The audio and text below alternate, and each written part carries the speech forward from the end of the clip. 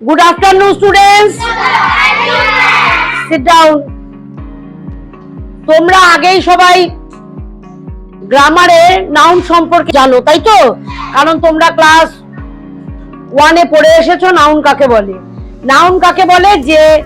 যে ওয়ার্ড বা শব্দ দিয়ে কোনো কিছুর নাম বোঝানো হয়।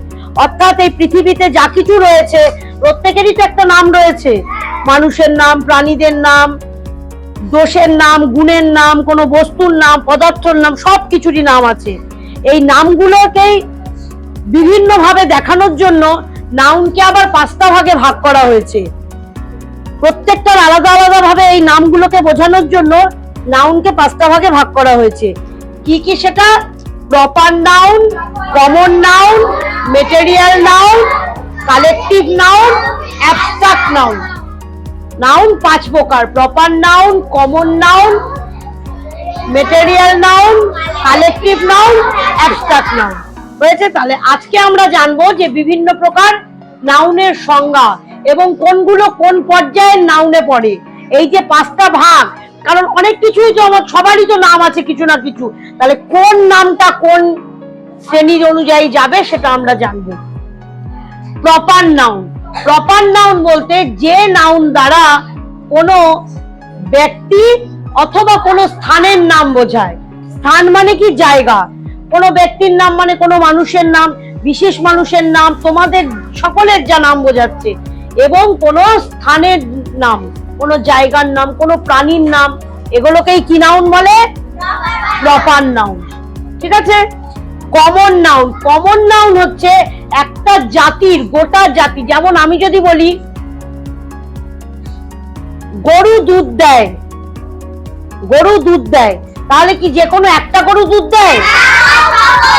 ওই গরু জাতিটা সকল গরুই কিন্তু দুধ দেয়।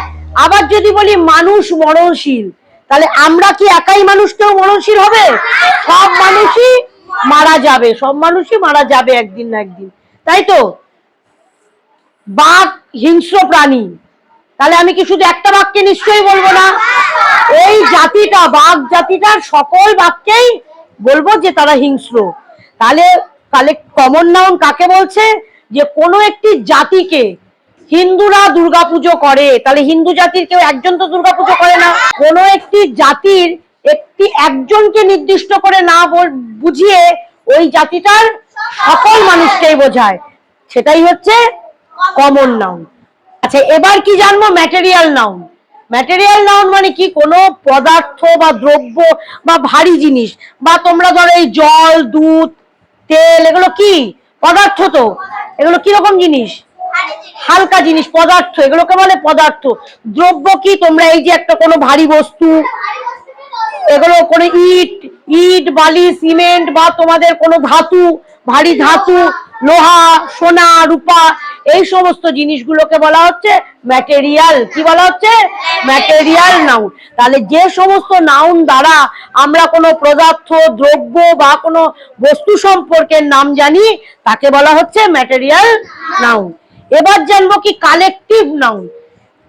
ক্লাস 2 এর ছাত্রছাত্রীরা এখন ইংলিশ ক্লাস করছে। ক্লাস 2 ক্লাস বলা হচ্ছে, ক্লাস।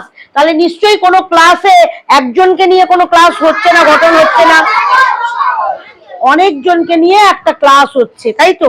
আমরা যদি বলি আজকে ক্লাসের পরে তোমাদেরকে নিয়ে একটা মিটিং হবে, মিটিং, তাহলে মিটিং নিশ্চয়ই একজনকে নয়। তাহলে এই সমস্ত ক্ষেত্রে যেখানে আমরা সবাই মিলে একসাথে কোনো একটা কাজ করছি, দল, শ্রেণী, মিটিং, সভা, এই সমস্ত যে আর্মি মানে কি একজন আর্মি? পুরো সেনা দলটাকে বলা হচ্ছে। তাহলে এই যখন সবাইকে একসাথে করে বা একত্রিত করে একটা সমষ্টি বলা হচ্ছে, তখন তাকে বলা হচ্ছে কালেকটিভ নাউন। তাহলে কালেকটিভ নাউন মানে যে কোনো একজনকে না বুঝিয়ে সকলকে বোঝানো হচ্ছে, ওই জাতির না, সবাইকে মিলে একসাথে বলা হচ্ছে, তাকে বলা হচ্ছে কালেকটিভ নাউন। যেমন তোমরা যদি বলি আন্টি আমি 1 কাঁদি কলা আজকে পেরেছে আমার বাবা। এক কাঁদি কলা কখন বলবো? যখন কলাটার অনেকগুলো কলা মিলে একসাথে হবে 1 কাঁদি। আন্টি 1 গোছা চাবি দেখো, 1 গোছা চাবি, এক গোছা কখন বলবো?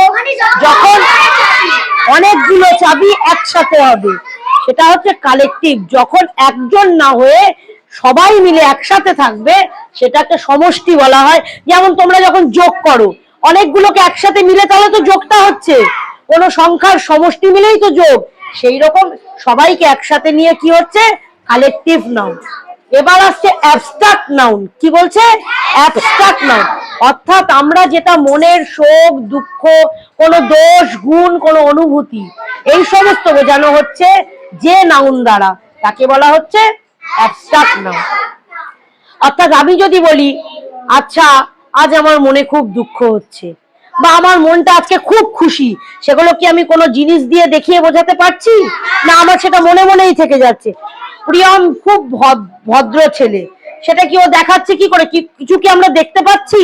না, ওটা কি মনের ব্যাপার, একটা মনের বিষয়। তার দোষ, তার গ্রহণ খুব দুষ্টুমি করছে।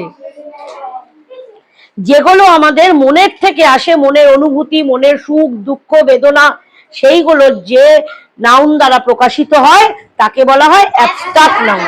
তাহলে যে নাউন দ্বারা মনের দুঃখ, কষ্ট, আবেগ, অনুভূতি, দোষ, গুণ প্রভৃতি প্রকাশ করা হয় তাকে বলা হয় অ্যাবস্ট্রাক্ট নাউন। যে নাউন দ্বারা একজনকে না বুঝিয়ে অনেকজনকে একসাথে বোঝানো হয়, বা কোনো জিনিসকে একসাথে বোঝানো হয়, তাকে বলা হয় কালেকটিভ নাউন। যে নাউন দ্বারা কোনো সমষ্টিকে বোঝানো হয় তাকে বলা হয় কালেকটিভ নাউন।